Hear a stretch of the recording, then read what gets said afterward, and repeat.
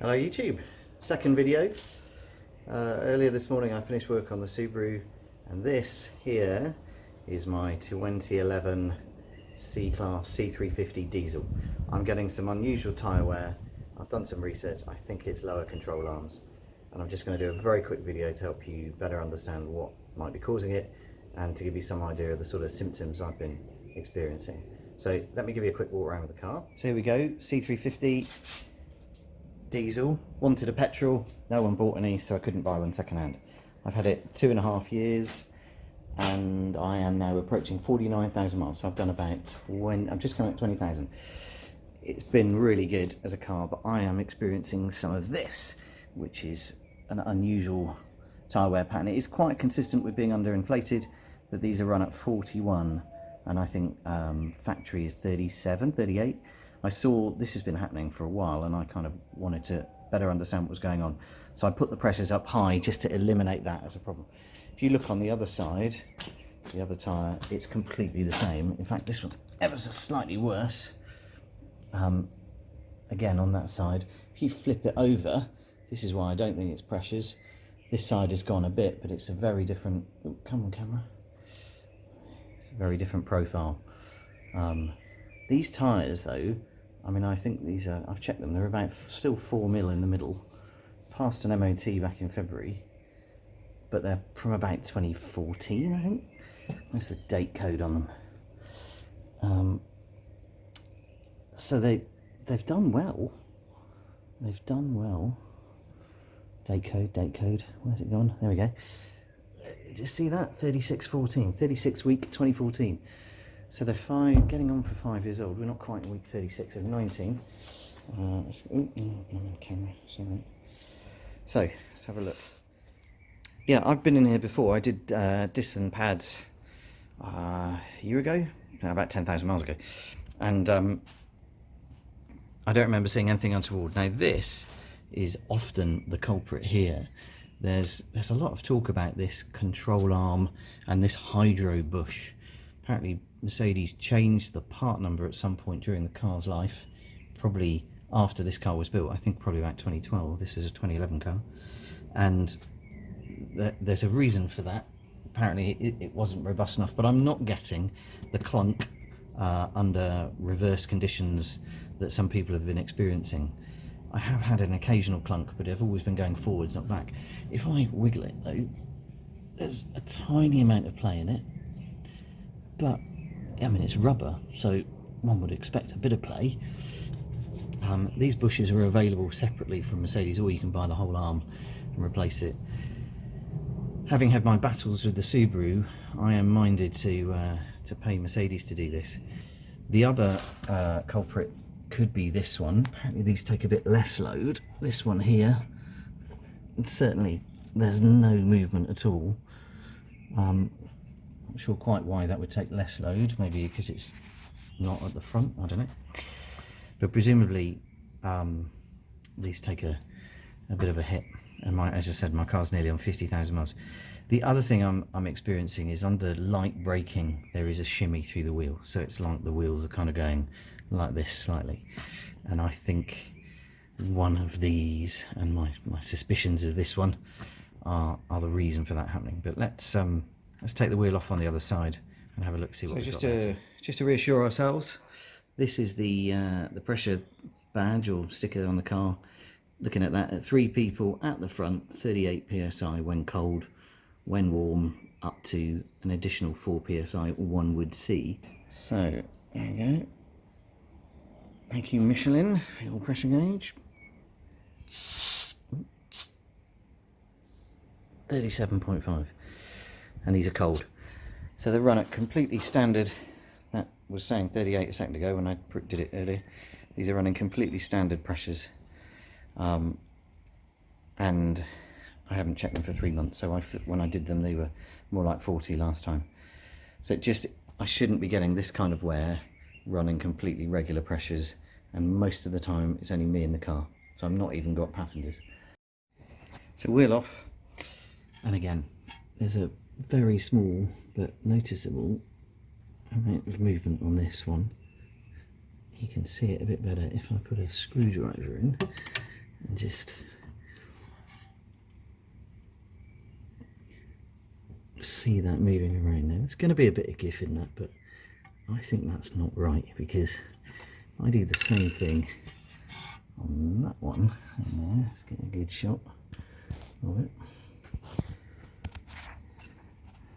There is nothing I can do to move that.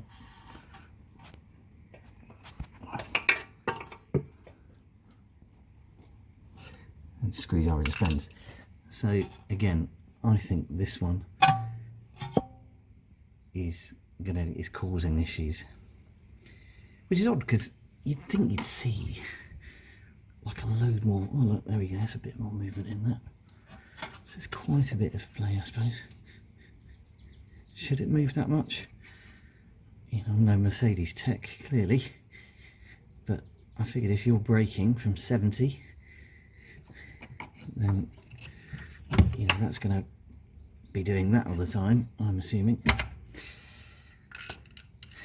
And I'm pretty confident that's what's giving me the shimmy, and that in itself is causing the tyre wear. So nothing more I'm going to do with this now. This is my, in true YouTuber style, this is my daily, and I kind of need it to get to work. That is the fun car that we were playing with earlier, and that one can live in the garage and take time to be fixed. This one, I'm just going to chop this into Mercedes. Good afternoon, YouTube. We are back. Mercedes is here at Mercedes of sunny Guildford in not very sunny Surrey. Car has been fixed. I've literally just moved the car about 20 meters around the car park. A couple of speed bumps. Can you see them? Not quite sure. Massive difference already, but let me just flip through. I'm going to show you what they've charged me, what they've done, and a couple of other nice. So firstly, full marks to Mercedes. They always do this nice little wallet. I mean, it costs them nothing, right? But it looks nice, and it always do your proper paperwork process. So here we go. Lots of things, but the short version is it's £446 to replace two front lower strut rods, as they're called here. There's a couple of nuts and so on. There's some labour. I'm getting 40% discount on labour, as would anyone, to be fair, with a car over 6 years old. That's just a Mercedes thing, it seems. I don't think it's dealer specific. They also spoke to me about the tyres. I said to them, look, if you can beat a decent a local place for tyre price, let's do the tyres. So they changed the tyres as well. They did that for a nice round 200. Best quote I'd got was for 220, so save 20 quid. They've given it a wash, which is always good. Saves me having to do it.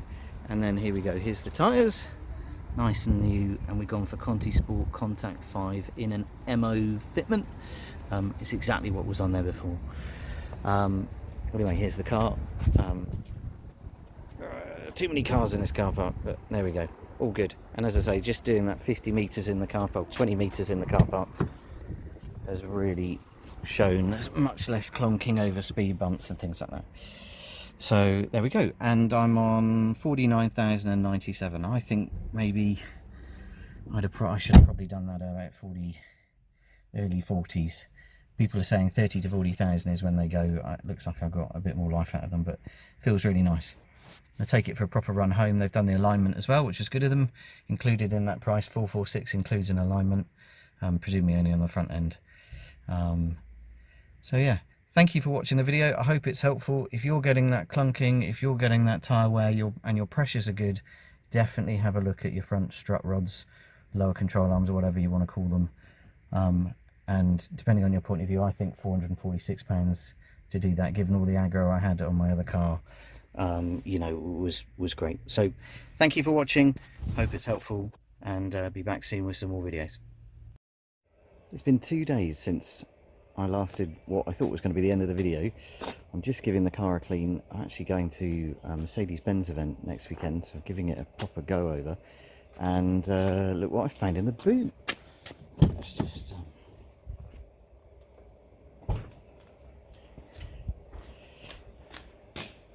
look at this. So to be fair, I asked Mercedes to leave to give me back the arms, and I completely forgot to ask them about it, and I found them in the boot. I haven't opened these. Let's have a look. Okay.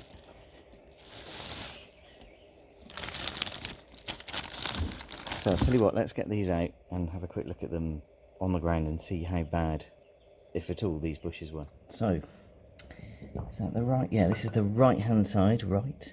If I do this, you can see that there's a little bit of movement in it. It's not as much as I thought, to be fair. I mean, again, when I've looked at other videos, there we go, you can see that. So that's deflecting reasonable amount, but they're not. There's a couple of videos out there of people who've replaced these where they've gone completely split out. So a quick look at the other one on the left hand side. So that's a bit looser, that one. This is the one left hand side, assuming that's from the driver's point of view. That's the one that takes off the pothole, I suppose. Anyway, I think, as I mentioned before, the car feels totally different. It feels much sort of more solid at the front end. And yeah, but I was expecting this bit to be a bit more cracked, or certainly the bushes on the Subaru were in far worse shape. Ball joints all seem good. They're pretty stiff, certainly. Again, when I've had ball joint issues, I haven't been able to, you know, they wiggle around totally. Can't even move those, to be fair. No. So there we go. Very good of Mercedes to do what I asked and put them back in the car. So the conclusion, I think, is that from my point of view at least, the job has really helped how the car feels. Whether that is these or whether it's the ball joint, I don't know, but it's certainly improved a lot. Hope that's helpful. Thanks again.